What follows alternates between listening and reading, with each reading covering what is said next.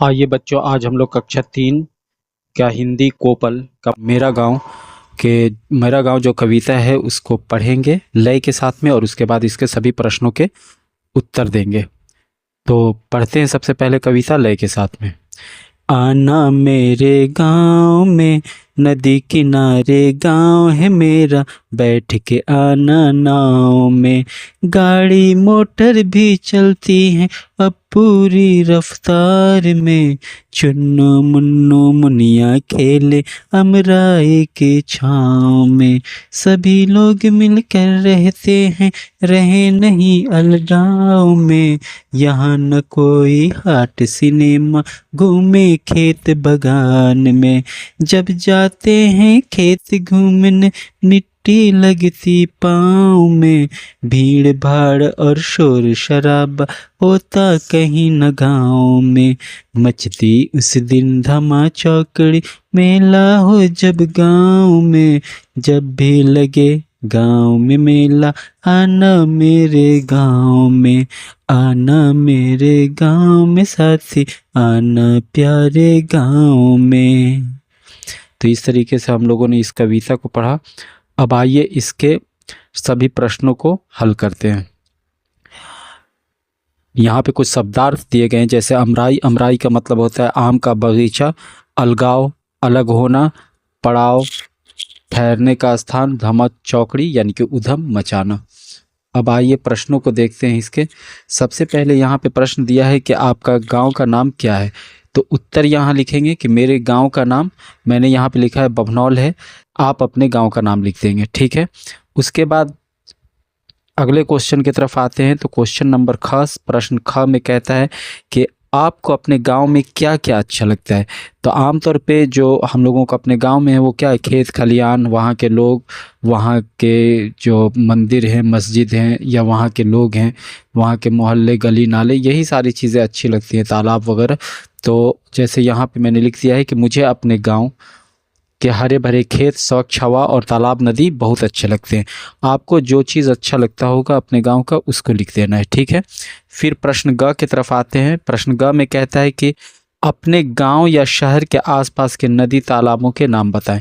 तो मैं जिस गांव में रहता हूं बभनौल, तो वहाँ पे क्या है कि उसके आसपास एक नदी है काव, और दूसरी एक और नदी है जिसका नाम है ठोरा। तो मैंने लिख दिया है कि मेरे गांव के पास काव और ठोरा नदी हैं।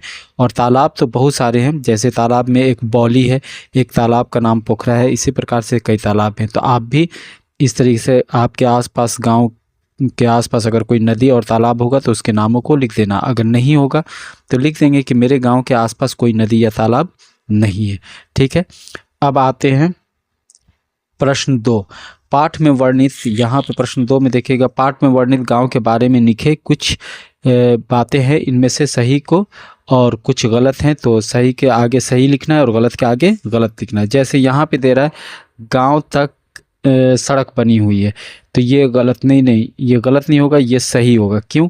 क्योंकि हमने उसमें पढ़ा है कि नाव के साथ साथ जो वहाँ पे गाड़ी वगैरह भी जो है रफ्तार से आती हैं, इसका मतलब सड़क बना हुआ है तब तो वहाँ पे आ रही हैं, इसलिए यहाँ पे सही होना चाहिए। अब आगे देखते हैं, गांव नदी के किनारे है। तो बिल्कुल उसमें कविता में लिखा हुआ है कि नदी के किनारे है। गांव में सिनेमा हॉल है, तो ये गलत है, गांव में सिनेमा हॉल नहीं है। उसी तरह गांव में बागान नहीं मिलता है, तो उसमें तो बागान मिलता है, कविता में दिया गया है कि गांव में बागान है, इसलिए ये गलत हो गया। उसके बाद एक गांव में मेला भी लगता है, तो ये सही है, गांव में मेला लगता है। अब आते हैं प्रश्न 3। प्रश्न 3 में मिलान करना है। जैसे पाँव, पाँव का क्या हो गया, पैर। उसी तरह बगान, बगान को क्या कहते हैं, बागीचा। उसी तरह छाँव, छाँव को क्या कहते हैं, छाया। पड़ाव, पड़ाव का मतलब ठहराव। अब आगे की तरफ देखते हैं प्रश्न 4।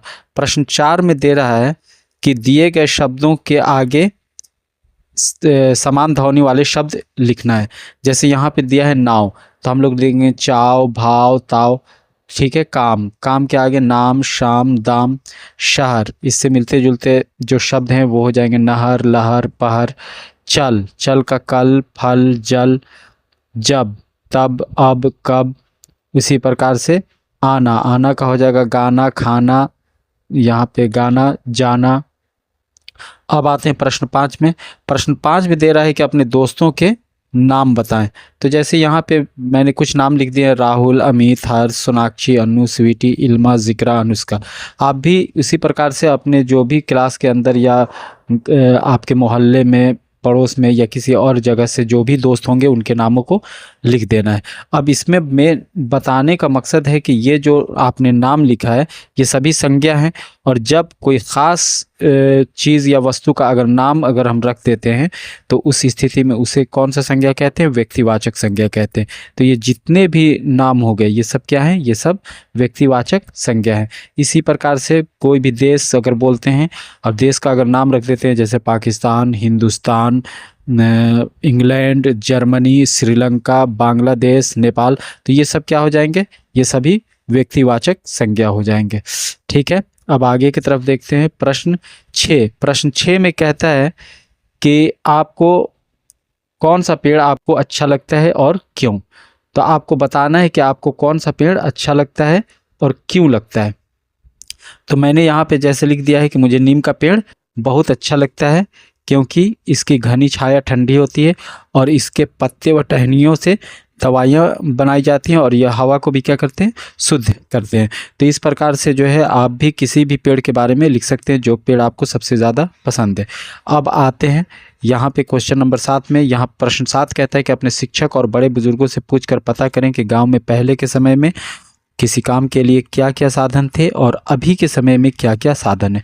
तो यहाँ काम का नाम लिखा हुआ है और पहले के समय में किस तरह के साधन का इस्तेमाल होता था और अभी के समय में। अब जैसे पहला है खेती के काम के लिए, तो पहले खेती के काम के लिए हल था, बैल था, कुदाल था, और अब क्या है? ट्रैक्टर हो गया, हार्वेस्टर हो गया, इसी तरह के कई नई नई मशीनें आ गई हैं।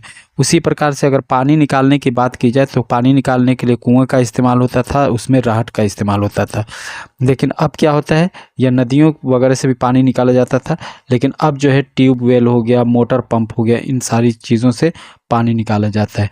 फिर आने जाने के लिए पहले किस चीज़ का इस्तेमाल होता था? बैलगाड़ी, टमटम या पैदल, इस तरीके से हम लोग आते जाते थे।